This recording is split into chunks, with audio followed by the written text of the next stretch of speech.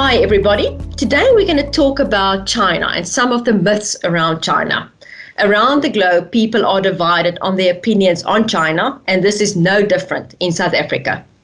We are joined by Li Hang Du from Prescient Investment Management. Li Hang was born in Shanghai, spent a few years in South Africa, and is now back in Shanghai, responsible for all investments in China for Prescient. Welcome, Li Hang. Thank you, Nadine. Very good to see you.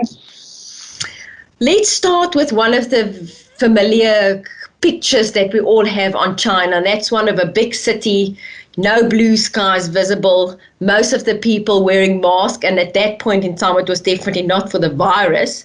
And yet you see statements in the press like Beijing is winning the clean race. What is it like living in Shanghai? And I think more importantly, what is the government's outlook and view on going green, because we need China to actually be on board in terms of the green energy theme? Great question. I think firstly, living in mainland China, even the last 4 to 5 years, we've seen a massive transformation of the entire city.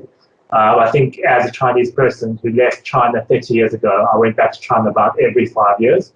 And I think the pictures of that grey city, the smoke-filled city, the congested place, was extremely true all the way, I would say, even to the mid-2000s. So if you look at 2005, 2007, even to about 2010, that's when probably emissions and pollutions absolutely peaked in China. Since then, China's already, I always use the example, if you have a kid and you're teaching a child to do something, when they're too young and try to force something, it takes them forever to learn, and they just cannot learn it well. However, a few months later, you'll find all of a sudden they can pick up these skills very, very easily. And I think that's what happened in China with green. As the entire population got wealthier, the people are demanding a higher level of living standard, a better life. And from about the late 2010s, I would say, early 2011, 2012, China has gone on a massive green scale. So from the first side, just living in a city like Shanghai of 30 million people, there's some massive transformation we've seen in the city. So for example, today, 40% of the city has to go green. So this means that every project they approve, every housing development, everything, 40% of the land area has to be green, planted with trees, right? So the entire city has went from a concrete jungle to pretty much tree-lined everywhere. Number two, one of the biggest things that came through hilariously was, of course, recycling and sorting of garbage. In China, things happen suddenly. So one day we woke up, there was notice on the building, you're going to get a fine, everyone had to sort their garbage. And that's just how it is. That's just something that they've decided. On the back of that, one of the big things people talk about is 5G technology. And one of the things you don't realize, one of the things that's very interesting to us, is that they showcase the technology of having, so China is a river delta, it has hundreds of small estuaries. And historically, all of these things are massively polluted. And you have these 5G automated river cleaning little drones and river cleaning little rafts that basically decide where they go, where they pick up where the pollution is, and where they go and clean up. So even as a citizen living on the ground, I can say very, very certainly that the air is getting cleaner every single year, the streets are getting cleaner, the city is getting more green. We have a full-on electric vehicle number plate system. So for example, in China, if you want to buy a car, it costs you now close to 250,000 Rand just to get a number plate. But if you buy an electric car, you get a free number plate. So there's all these policies that supports China going green. Now, if you're looking at it from a top level, certain things you won't know about. China is a world leader in green investments. China is a world leader in wind capacity. China is a world leader in solar capacity. Over the last 2 decades, China is responsible for 25% of the increase of greenery in the whole world, so with 6% of the land mass. So on aggregate, we planted about 60 billion trees, 400% more than any other country around the world. And China is already, on a government level, have decided that by 2030, they will peak emission, and by 2060, they're going to be carbon neutral. So I always say, if you look at American policy, going from Trump to Biden to AOC to talking about the Green New Deal, et cetera, well, China's decided on that decision on a Chinese level, and they're going to do it. So we are implementing that. We could be phase by phase by phase. The current administration, President Xi Jinping, says green and nature is the biggest treasure of China. And I think even the population now will no longer tolerate pollution, will no longer tolerate all of these things. So I think from that side, that's really good to see that China at least have already made a decision and are going in the right direction, are going green. Thanks, Liang. I think the next one I want to touch on is this perception that we cannot trust the numbers coming from China. They're cooking the books to make the growth look stronger. What is your views on that? So we've looked at it extensively, and like every emerging market, statistic collection, especially in a country as large as China, has its issues. So it's not that every single number is great. Most numbers are very, very good. So what's number one, what's really, really good to see is we have the National Statistics Bureau. So they came out with new laws of actually punishing officials for sending fake numbers. So one of the big issues they've had historically is on a provincial level, people want to get promotions. So they're incentivized to lie about the numbers. And then on the national level, the national statisticians have to make adjustments for that. So that's one of the big issues historically they've had. And what really changed that was actually the Premier Li Keqiang. Historically, he was the one that actually told everyone, look, the numbers you just can't believe. On the national level, they know the numbers coming from the provinces aren't right, and they made adjustments for it. But this is also something that's been happening 20 years ago, 15 years ago. In the last few years, massive dramatic improvement has occurred all around the place. And the numbers today that you see in China are far higher quality than what you've seen before. I think the second thing I think is always quite ironic to me is that, look, if everything in China is fake and the economy is much smaller than we think it is, and all of that was true, then the US would be far less worried about the rise of China, right? So you can't have both being the case, that China is this giant, strong monster that you have to fight China and China's going to win. And at the same time, while we're lying and we're not really winning, we're a very small economy. So I think that's what you see. I think every research that we've actually seen that GDP collection is a very, very difficult thing. What counts as GDP, right? You hire a maid to clean your house, that's GDP. When your wife does it, it's not. So these are fundamental issues of GDP collection. The Chinese GDP collection method is geared toward factories and production manufacturing. As we all know, China has moved towards services on a massive scale. So all else equal, I think there's very little credible evidence that the Chinese economy is materially smaller than what it claims to be. So that's the only thing I can say around the Chinese numbers on GDP. I think the financial numbers, I think the same theme. Historically, there's massive problems. So the 1990s, 1980s, massive problems, bad accounting standards, lots of scandals.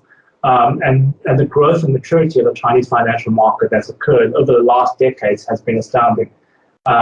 We have global IFRS accounting standards, the regulations continue being changed. I think fraud happens around the world. We have Steinhoff in South Africa, we have Wirecard in Germany, all huge companies in the DAX that have fraud, and China's no exception. There are cases of fraud in China.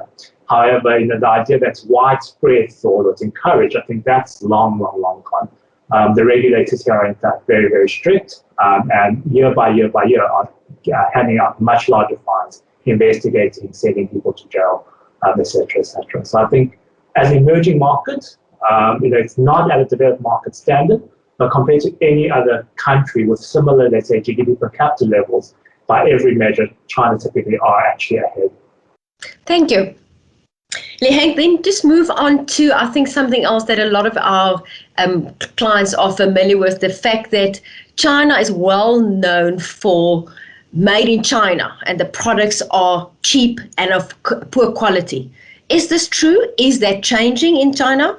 Nadine, I think, once again, it is one of the things that's changing on a big scale. So that's definitely true 20 years ago. And I think forever and ever, the one thing that will never change is that things made in China will be cheap. But do not confuse cheap with poor quality. I think that to me is the biggest thing that's been changing. I think China, the industrial, moving from South Africa to China, really starts blowing your mind on the efficiencies of infrastructure and the industrial scale that can be achieved in China. That's not possible to replicate anywhere in the world. And what I mean by that is that China has an entire ecosystem, entire industrial infrastructure that is in place, that anything can be shipped anywhere within one day at pretty much free pricing, right? That's the thing that's astounding in China. It's why everything works, everything's so cheap. You just cannot beat the manufacturing scale. And with 1.6 billion people, what you can do is can build for economies of scale.